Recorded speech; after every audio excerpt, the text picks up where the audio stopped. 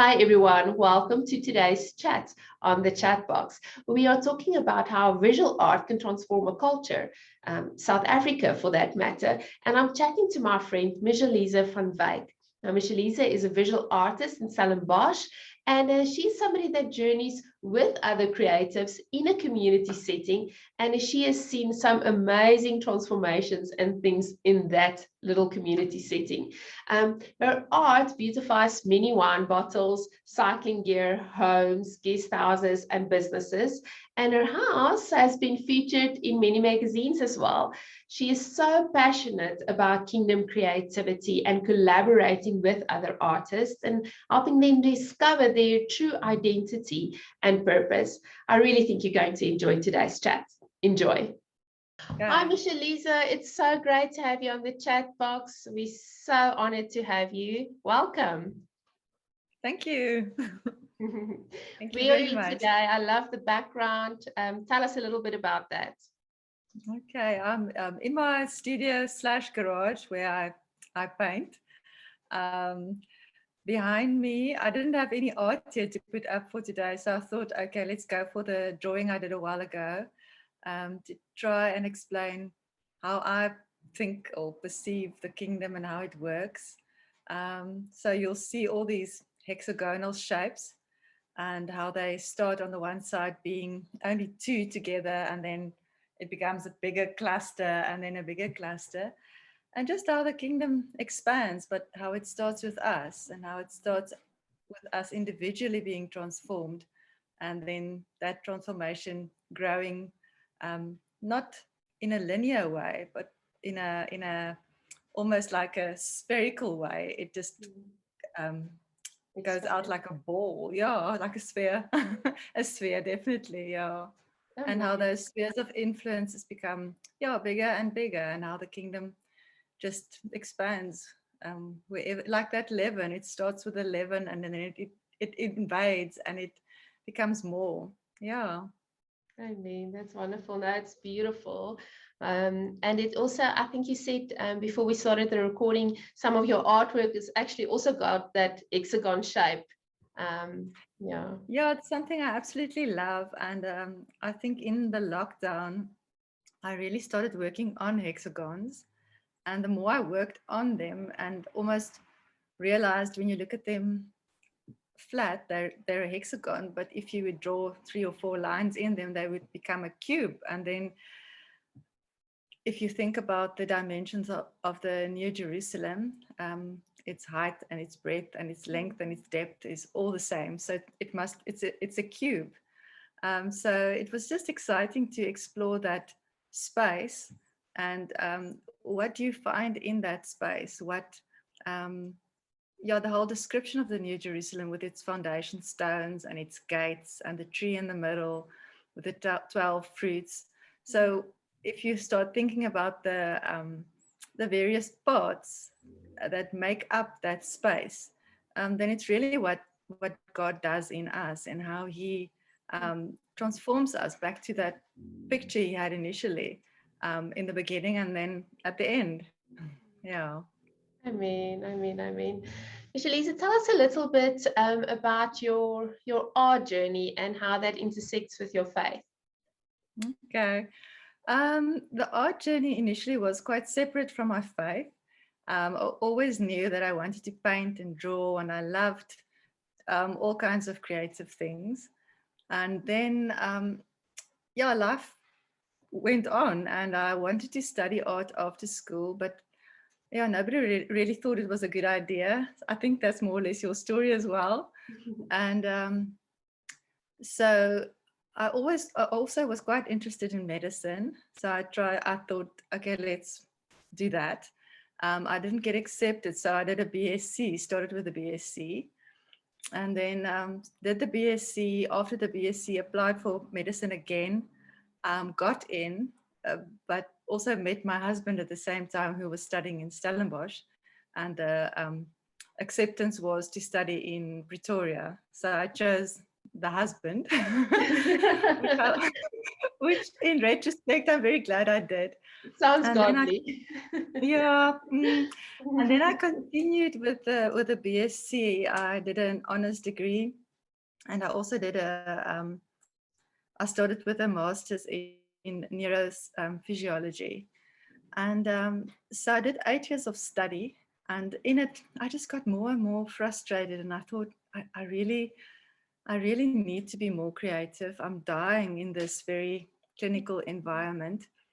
And it was actually quite an amazing day when I made the decision to turn the boat around. I was driving on the N2 between Durbanville and Cape Town. I was studying at UCT at that stage. And the song, Bon Jovi's song was playing on the radio, It's My Life. That's and, one of I, my I made, favorites. and I made a U-turn on the highway. I literally drove through the middleburn, across, turned around, and I didn't know where to go. The only place I knew that one could go for art classes was the library. So I went into the library. There was a woman there, Anne Wells. I'll never forget her name. And I literally took her by the shoulders and I asked her, Anne, can you please help me? I want to draw. And she always, when she sees me, she laughs. She says, I was the most desperate art student ever. Um, yeah, so that's, yeah, the turnaround. And then the art journey started, which was still without God and not in faith.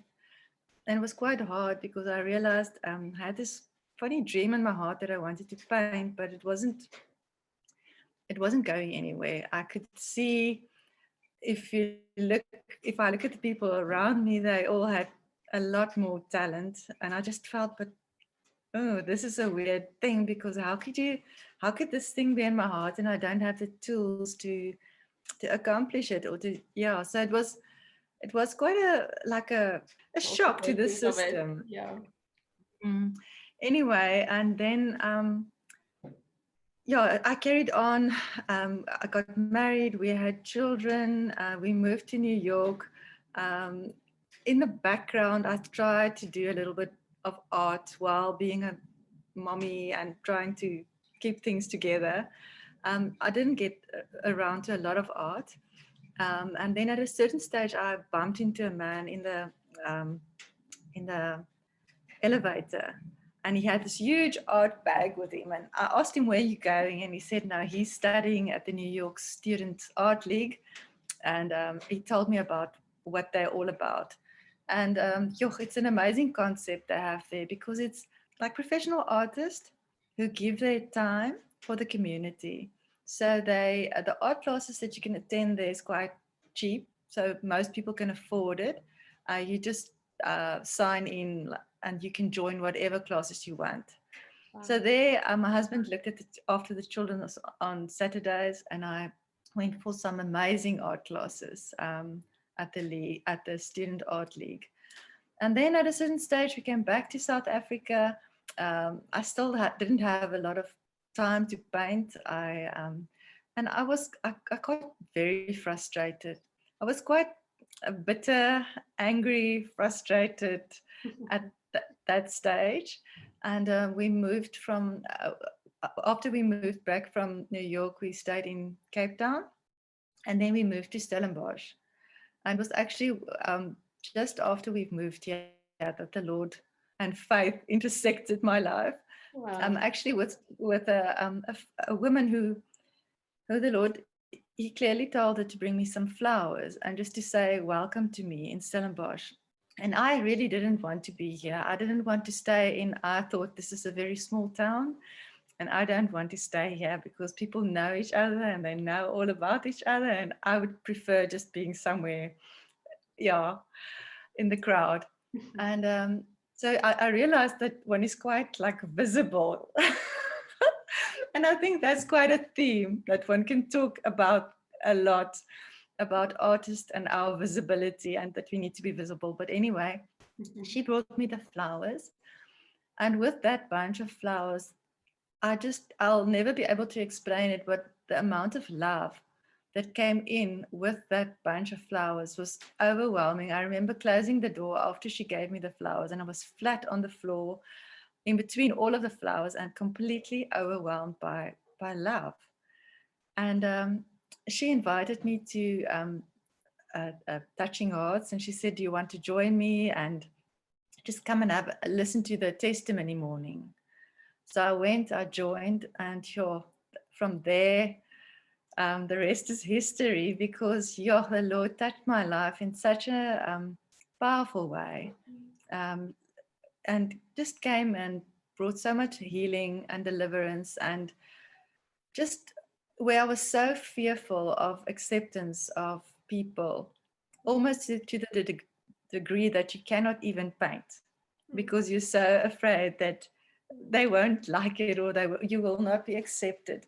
I remember the once a lady was praying for me, and she said to me, she sees these handcuffs over my wrists.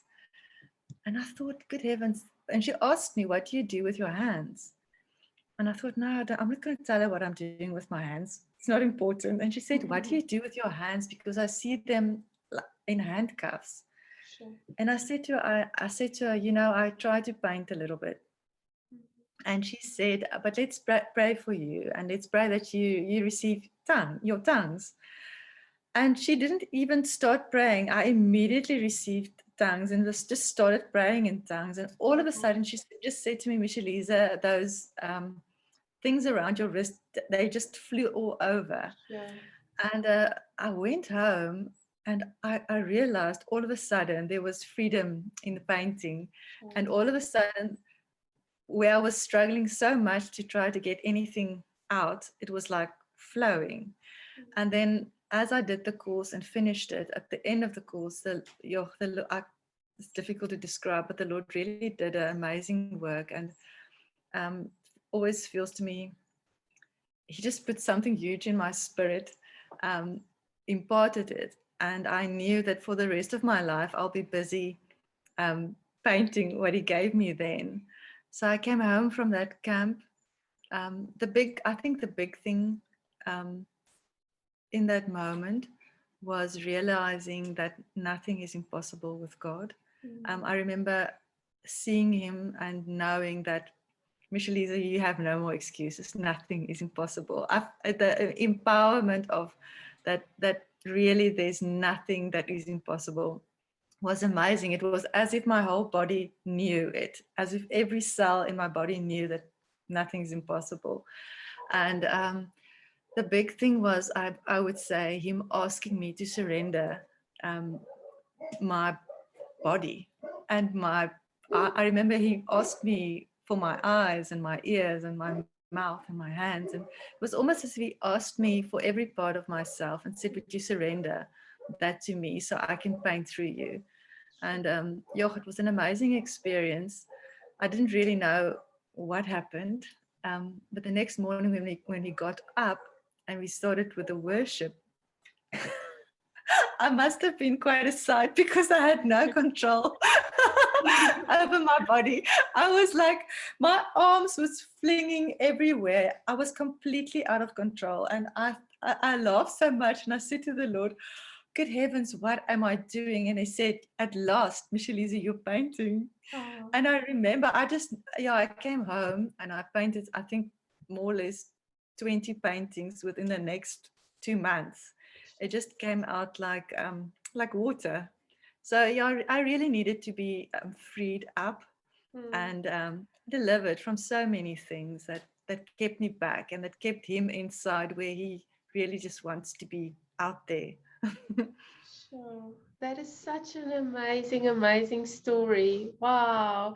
And I think something that stands out for me as well is just, your heart for, obviously, for healing, and how it was just a little bit misdirected. But I mean, because you Yes. are collaborating with artists now all the time, tell us a little bit about that. Yeah, I think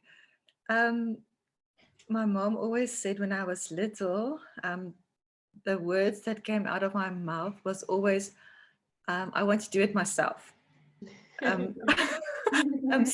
I'll do it myself.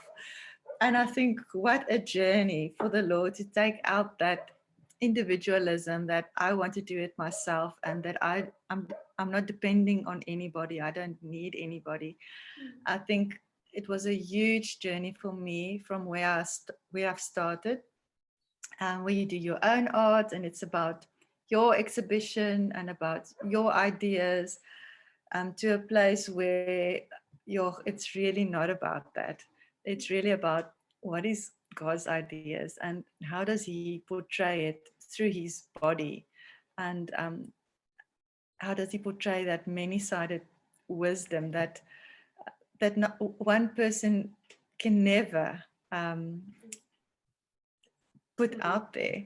So for Him to be really seen and heard and known, we so need each other. And I think initially, what happened to me was I had a dream that I need to meet with 6 other ladies, and that we need to get together like once a week and just walk a road together. So I thought, okay, I wrote down the names and I thought, okay, I'll contact them and just ask them to join me on this journey. Who knows where we're going? And that same, after I had the dream, the evening, the next morning, one of the ladies whose name I wrote down phoned me and said to me, "Michelle-Lize, I got these ladies' names. We need to get together once a week." So it was so confirmed. And so we undertook that journey about 4 years ago. We started, and what a journey! In the sense, most of them artists, some of them more like advanced than others, or more like into the journey than others. Not all of them visual artists. Some write, some play instruments, but mostly visual artists. So yeah, the bulk of us visual artists. And then we thought, okay, obviously the Lord is going to give us one big task and we are going to work on it together. And I think we waited 3 years for that one big task to drop on us, because it didn't. What the task was, what I've realized and what I can see in retrospect, was to get to know each other, really get to know each other, and really work through our relational issues, which was bigger than I expected.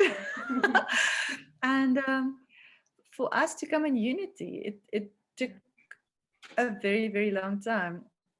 And then slowly but surely the projects came. And also we've asked other ladies, about 20 other ladies, to join the group. So the core group is still the same 7 ladies, or actually we're 6 now. The one girl left, she's part of a full-time ministry. So we still get together once a week and pray together. And it feels to me, if that core is not strong, the rest of what we do will not work out. And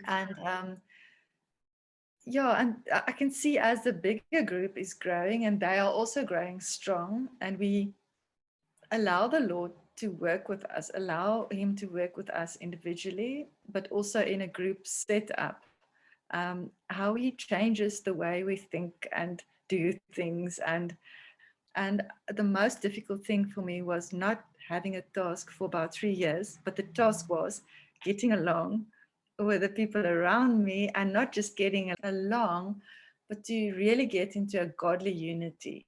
Wow. And if you just give us like a sneak preview, like in a typical week, like when you guys get together, you mentioned that you pray together, and what else do you do? Sometimes we'd be a little bit creative, but it's almost as if it works better if each one of us is creative on their own.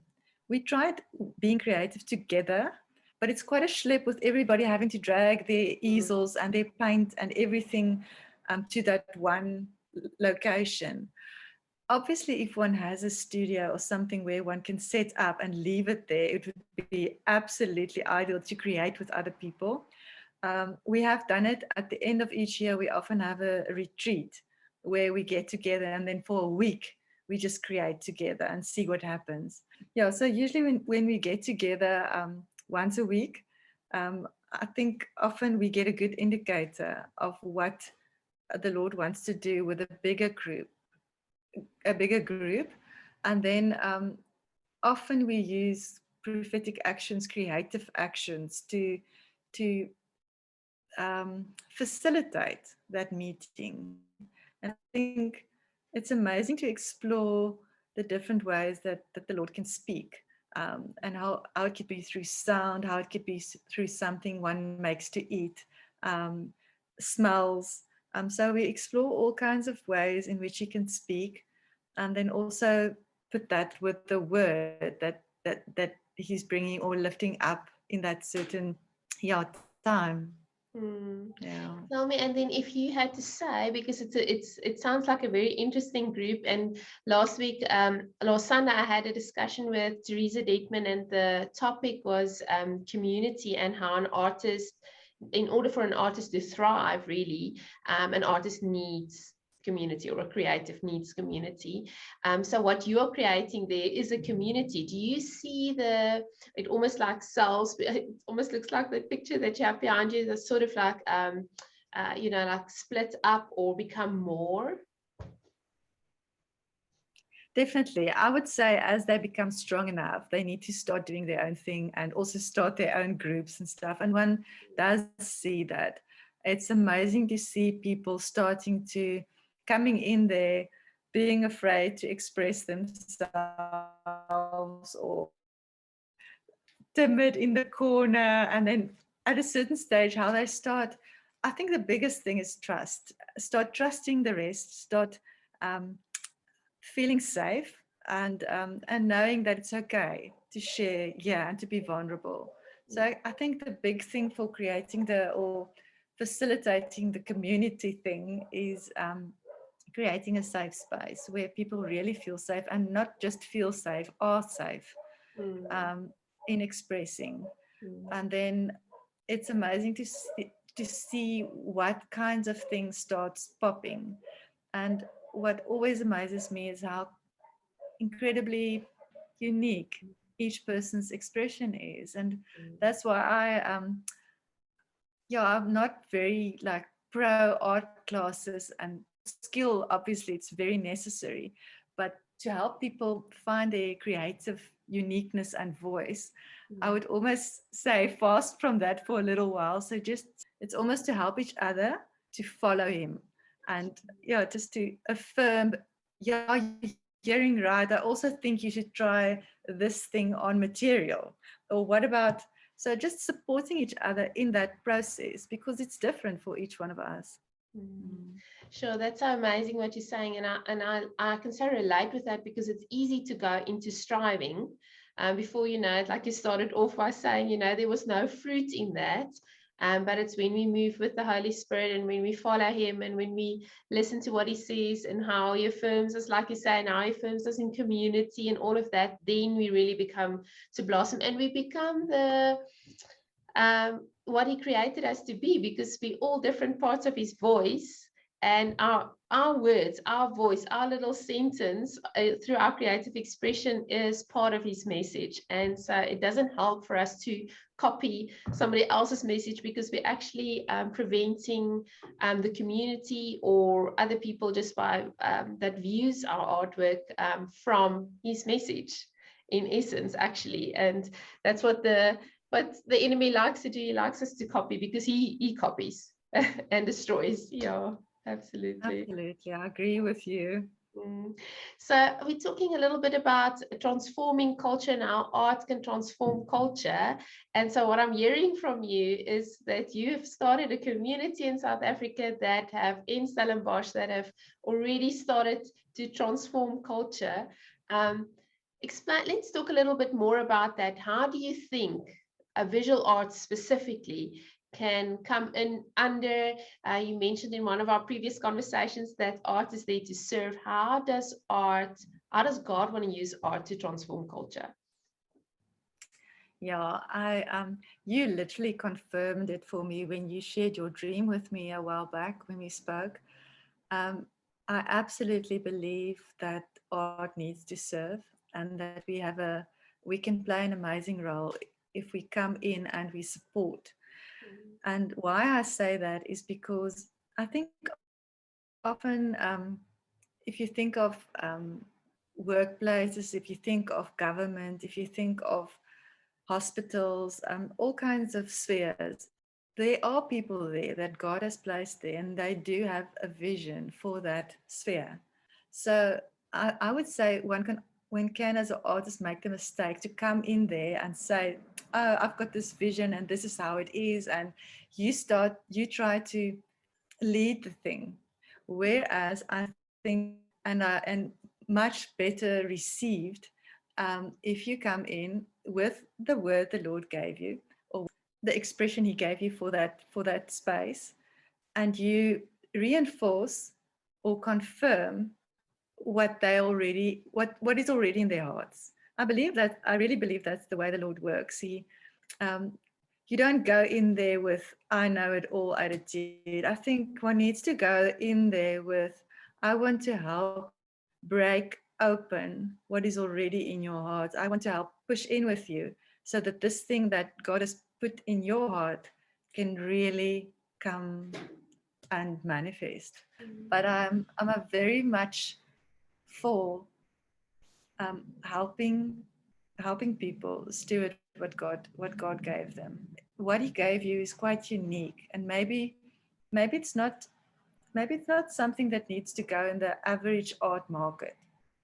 Let's pray about it. Let's think maybe it goes into a complete different avenue, and to be open for that, because I think He doesn't want to apply us all in the same way.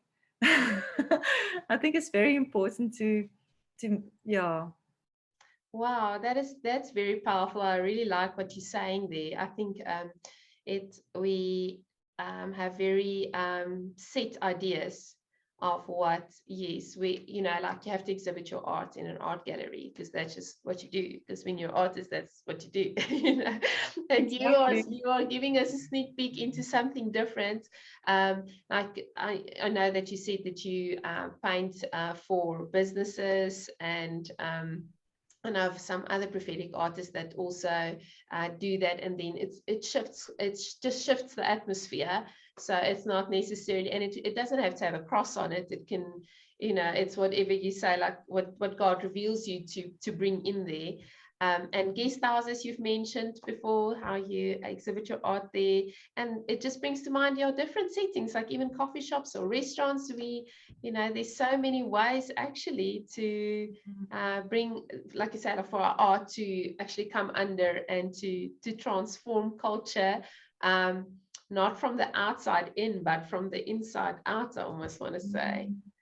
Amazing. Definitely. Amazing. And I think relationships and all of that is just also so important. So wherever you go with your art, to really treasure the relationships that God wants you to establish there, and not just see it as a place where you drop off your art.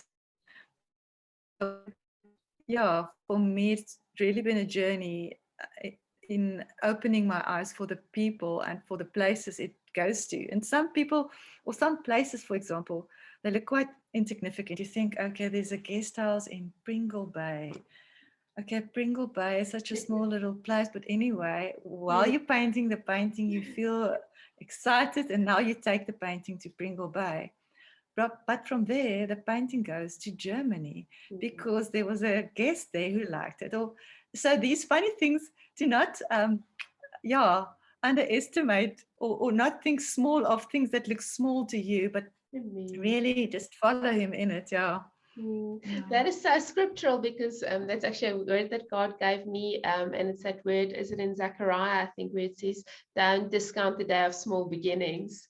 So it's actually, we limit God with what seems to us is small, but He has a plan for it, and we just have to trust it. Something else that stands out for me from just your answer to our previous question was that you said that God wanted to unify you together in the group. And if we speak about how the arts transform culture, and what He's just doing, I want to say almost on a small scale with you guys, it feels like God would like for art also to bring unity to unify. So when it comes in, it needs to unify, not divide. And I think as soon as it divides, it's worldly. And we see that in so many art pieces. So that is quite an interesting thing, that God is sort of like, I feel like he's like leading and using it in the group. And then when you go out to paint, it automatically carries that message of bringing together. No, I think everything you walk through, you can impart on the when you go out. So if you've walked it through, and if all those little small foxes has been sorted out, and things like, one often think there's no jealousy in my heart, or there's no strife or ambition or personal ambition. You think those things are dealt with, they're far behind, and the moment you confront it, because when you're on your own, those things will not pop. But the moment you start working with people, all these things start popping, and you feel, oh, I didn't realize I have got so much of this and that still in me.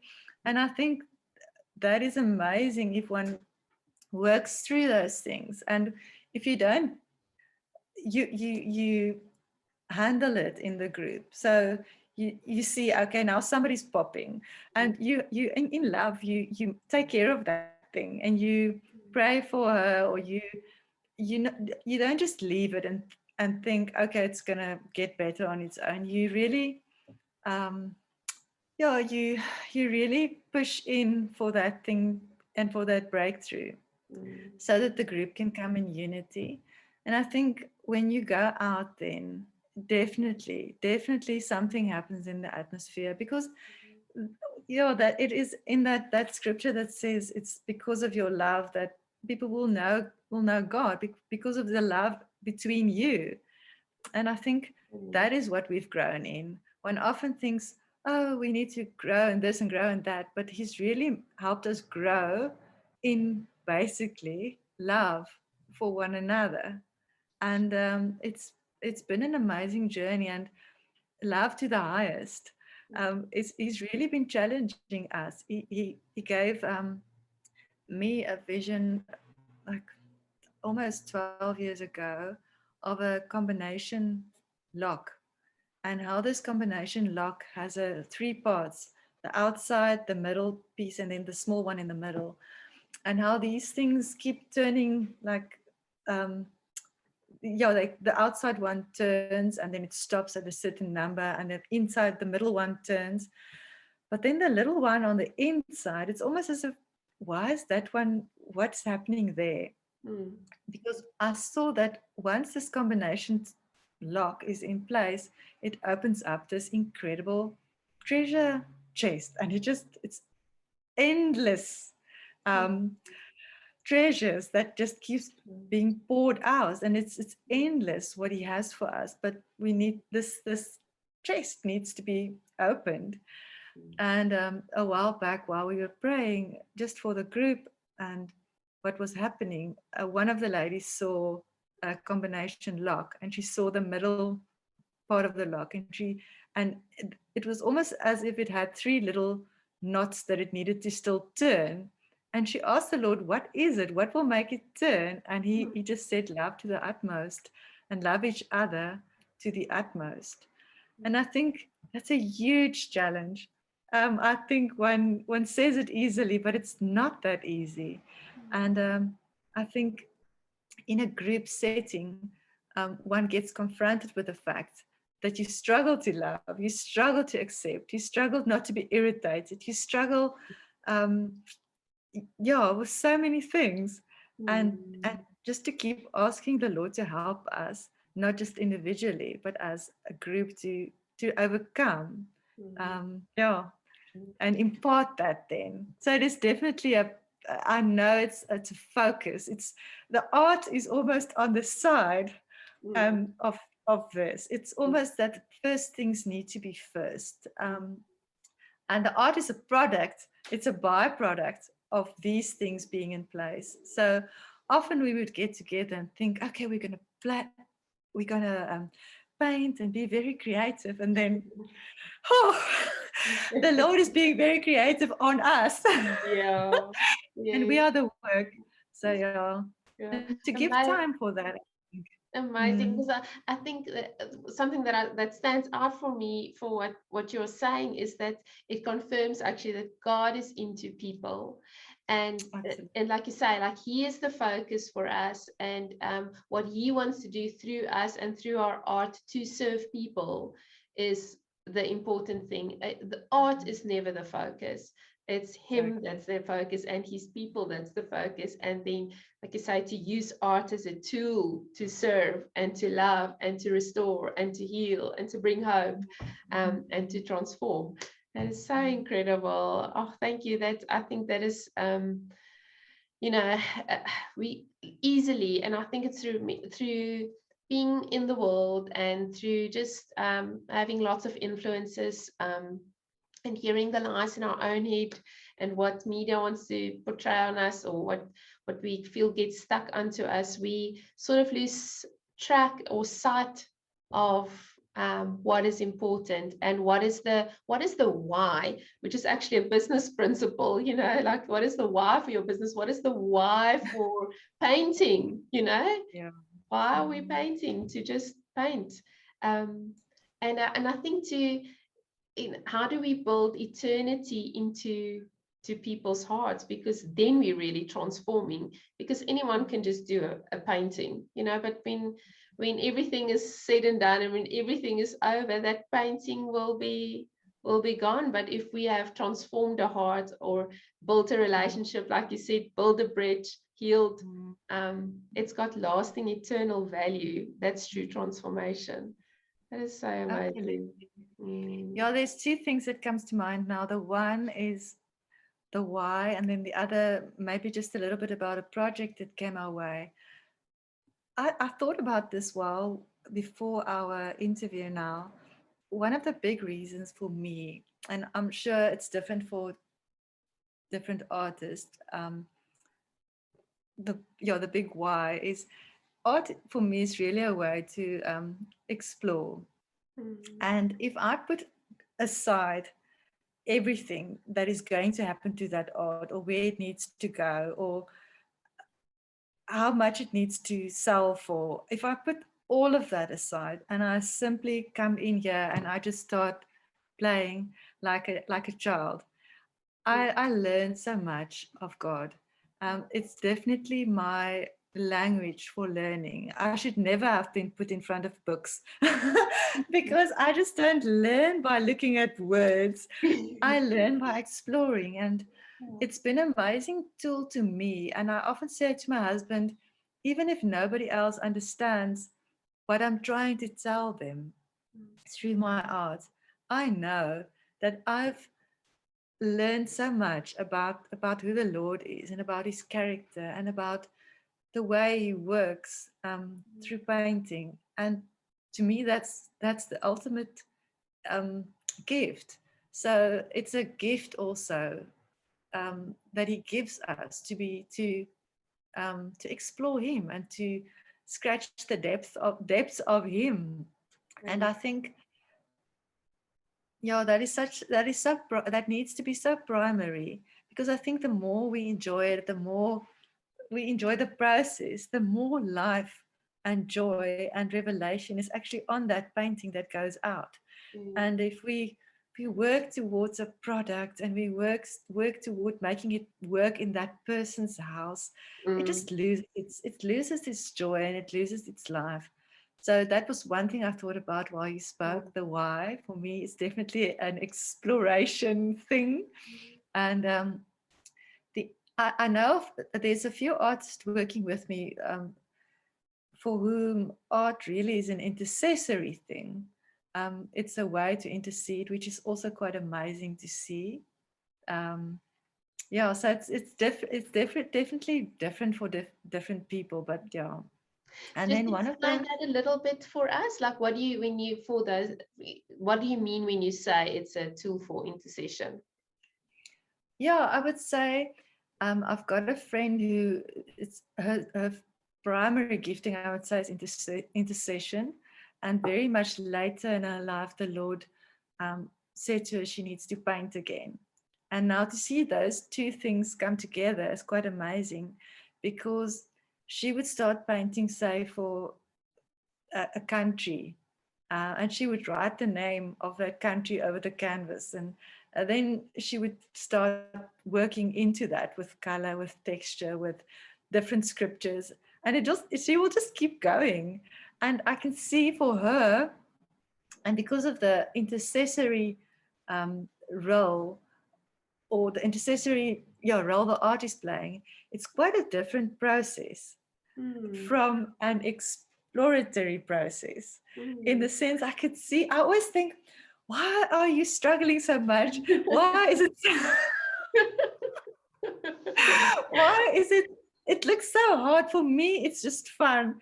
Well, whereas for her, I can see it's definitely something that you climb into and you petition with, and you grab hold of God for something while you're doing this painting. And I've seen her paintings has been, it's also starting to go out now for the first time. And I can see the way those paintings speak to people. They are strong and incredible as well. So and I think there are so many more ways that God can use art in one's own life, and one shouldn't limit it to this, just this or that. Those are just two examples. What also comes to mind is just art that is used in when people that are not necessarily artists, but that inner healing, when they just play with color, and that it brings a completely different dimension to going to see somebody and talk about your problems, versus letting God minister through the art, and for your feelings that was maybe buried to come to the front, to the fore, and so that he can deal with those things. And then the other way was just in church, how and this is sad for me to say, but it's not, we don't see it much in South Africa yet. But it's just how many paintings get painted within a church setting. And I think that also brings another dimension again, because then it transforms, I want to say transform church a little bit in a sense, but people that can get healing, that maybe don't get healing necessarily from the words that's being spoken or the sermon, but needs to get healing in a different kind of way, or is expectant of a message, or God wants to portray a message in a different way than just a normal teaching. So that's another way that art can serve. So there are actually so many ways, and it's so exciting. We must explore it. Yeah, I agree with you. And all come in within our different roles and with our different ways. And there's no right and no wrong. We must explore that more, it feels to me. It feels to me it's something that hasn't been discussed much.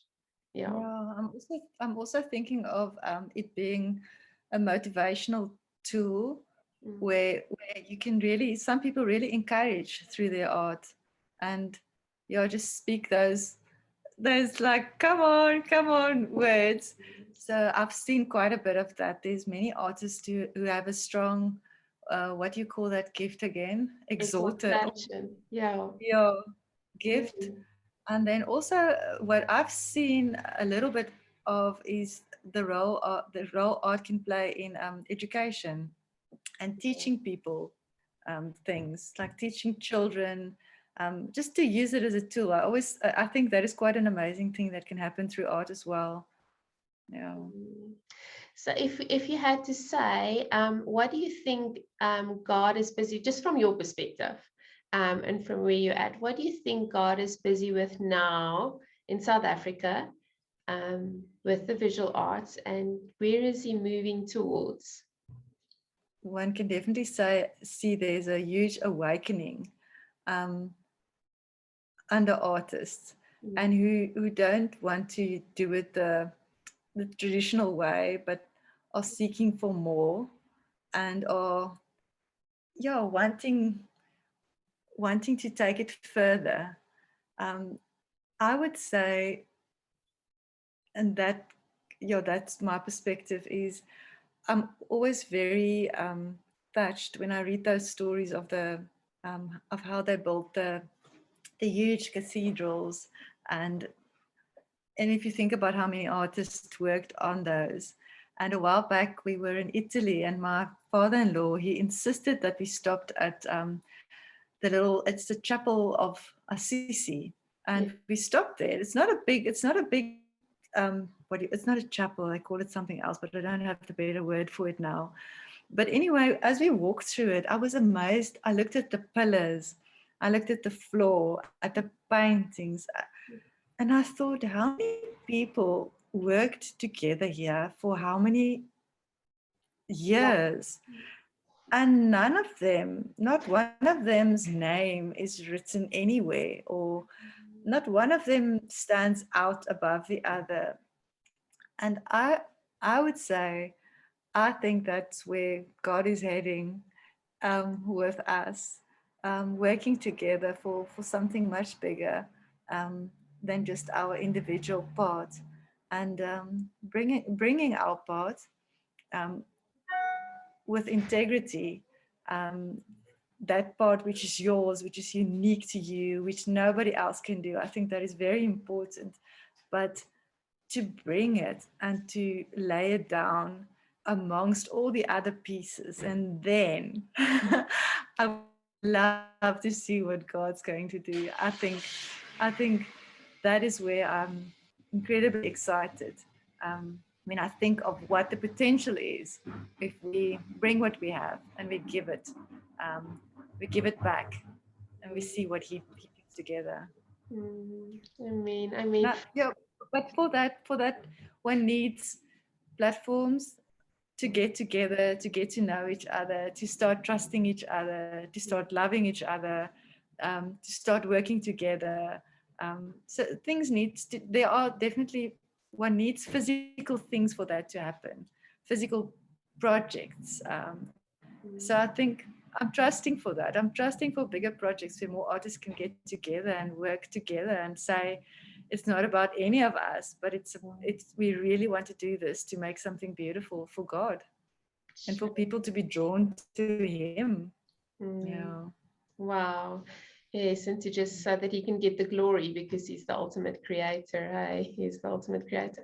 I just quickly wanted to, if you don't mind, will you just share with us the exhibition? I'm not sure if it's currently still running, but you told me about it. That was on the, what would you call? Is it the plane? I don't know what you would call that in English even.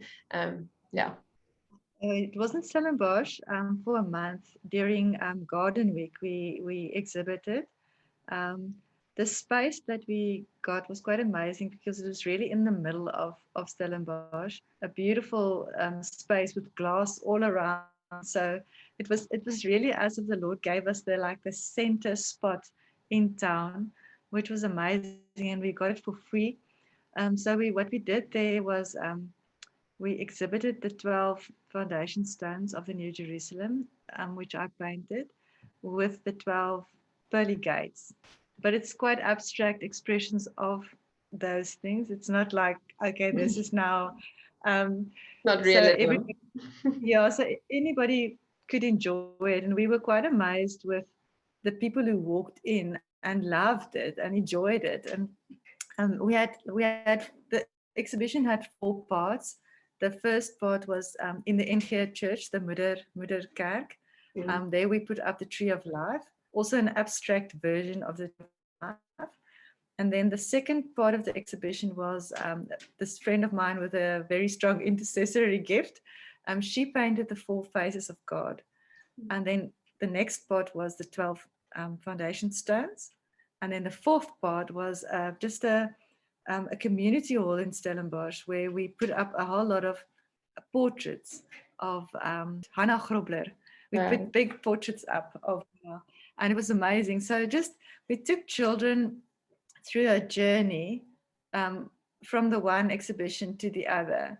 And we also took photos of the children in front of the paintings, just celebrating them. And they could put like all kinds of props and crowns and gowns and flowers on themselves and just play a little. and then you would tell them a little bit about the message. And there was one boy who I spoke to him after the whole tour, and he just kept smelling his pulse. And where the children looked at the four faces of the living creatures, my friend made a spray that would go with each of the faces. So at Wow. the end, a smell, yeah. So she would ask them, which one is your favorite? And then she would put that scent on them. And this boy he just kept on smelling his pulse. And I asked him, what are you doing? And he said, um, in Afrikaans it's now Tannie, but I don't know what you would say in English, Auntie, Auntie. yeah. He said, Auntie, I can still smell the lion. Wow. And to me, that was just such an incredible thing to see, how the Lord showed something of himself to this boy through a smell.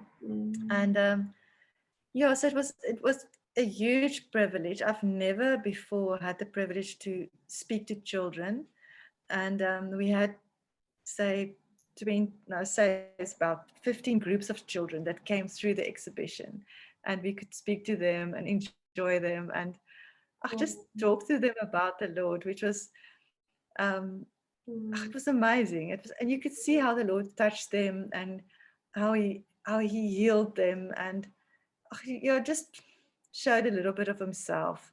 One would love to take it much further, obviously, always, but it was very good. And from there, the whole exhibition moved to Franschhoek, to the NG Kerk in Franschhoek. So at the moment, it's in Franschhoek until the end of this November month. Yeah.